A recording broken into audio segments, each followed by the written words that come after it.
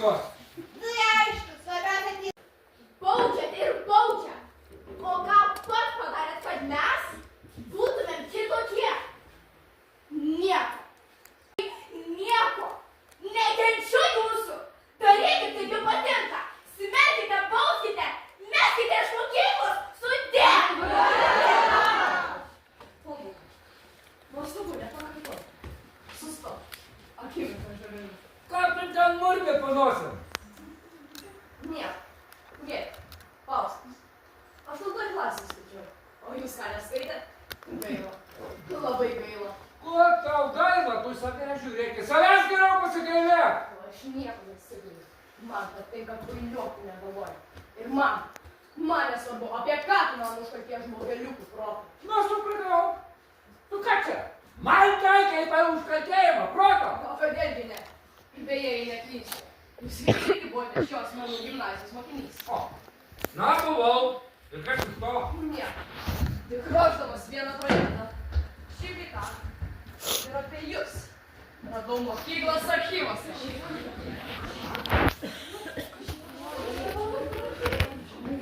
O, tai čia jūs, tas legendinis mokinys, kurį iš pamokų vydavo dažniau nei skamba skambutis.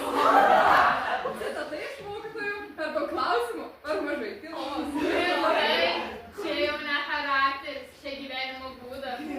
O 9 klasėje jūs į pamoką atsinešėte gyvatę? Ne kupriniai, o rankose.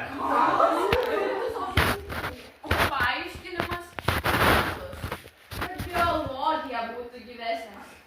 Rezultatas - nulpusi biologijos mokytoja ir gyvatė, kuri paliko mokyklą greičiau nei jūs.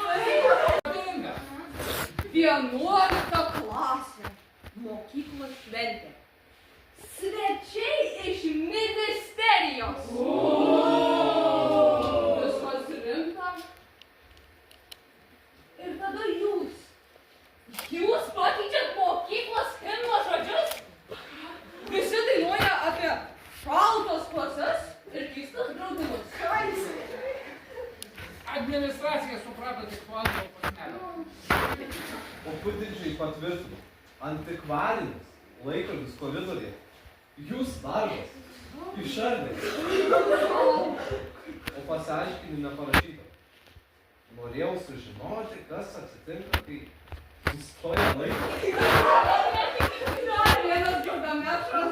Na, sužinojote, aš vis dar ieškau tam.